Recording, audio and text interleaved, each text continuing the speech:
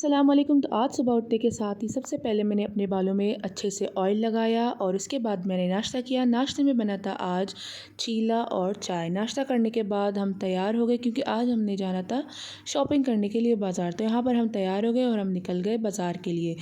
सुबह सुबह जब हम बाहर निकलते हैं तो बाहर का व्यू काफ़ी अच्छा होता है, इसलिए मैंने सोचा आप लोगों के साथ भी ये व्यू शेयर करूँ। बाज़ार में घूमते घूमते हमें तकरीबन सुबह से शाम हो गई और हम बहुत ज़्यादा थक भी गए थे, लेकिन हमारी शॉपिंग भी अल्हम्दुलिल्लाह कंप्लीट हो गई। उसके बाद हमने लिए अपने लिए कॉटन कैंडी और फिर हम गए बेकरी और वहाँ से हमने लिया घर के लिए केक। लेकिन हम जब घर पहुँचे तो हमें मिला ये क्यूट सा मेंढक जो बहुत ही मासूम था और बहुत ही प्यारा था।